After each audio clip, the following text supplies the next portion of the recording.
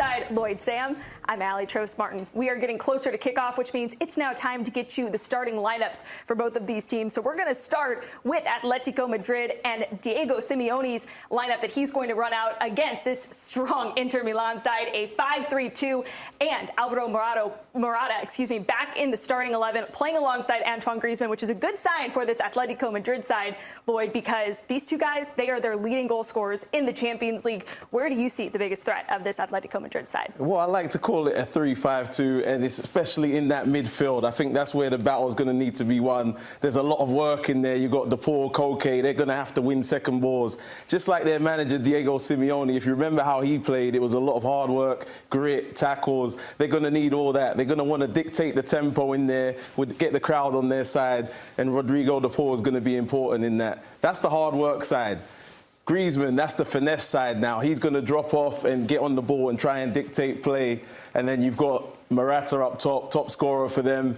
Griezmann's really going to be important today, though, because there's a lot of work in that side, and he's going to be the one that can play a little bit, and he's going to be the finesse. It's going to be a tough task as well, going up against an Inter Milan side that has been excellent this season on both sides of the ball. They score a lot of goals, and they don't give up a lot of goals either. When you look at this side, where is the biggest danger point for Atletico Madrid that they've got to look out for today? The two strikers, they've been amazing this season, especially Lautaro Martinez. But it's the way they work together. They look like they genuinely enjoy playing with each other. Thuram, 10 goals. He's got 7 assists as well. Martinez, 22 goals. And in their domestic league, they've scored 70 and conceded just 13 goals, which is insane. Pretty good. That's plus 57 goal difference. So there's a lot of firepower up there. I talked about the midfield battle. These three in there are going to be important.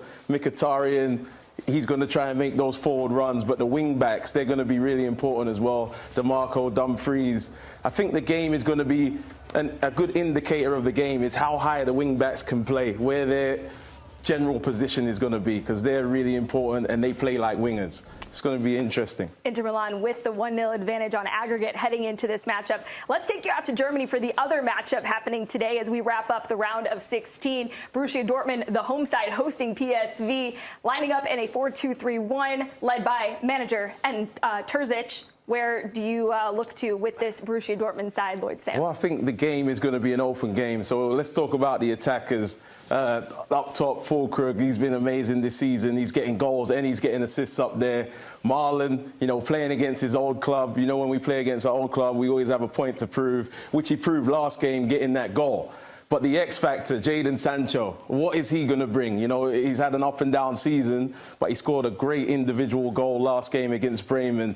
Can he continue that? I say the X factor. I think if he plays really well, that could take them through to the next round. We'll see if the yellow wall can help will this Borussia Dortmund side to a victory. All tied up 1-1 on aggregate going into this leg 2 matchup as they will take on a PSV side that has also had a fantastic season, scoring a lot of goals, not giving up a lot of goals, and they've got some Americans on this team led by Peter Bosch, who will line up his squad in a 4-1-2-3.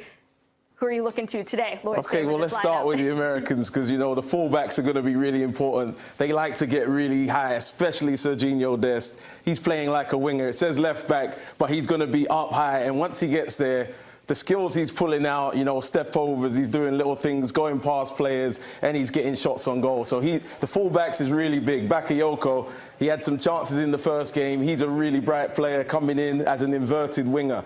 It's really balanced. He comes in, Teze will get round, and Bakayoko on that left foot coming in is going to be a danger. Luke de Jong up top scored 22 and he's got 11 assists, so he's doing everything. Can he bring that into the Champions League? And I really like Veerman in midfield. He leads them in assists.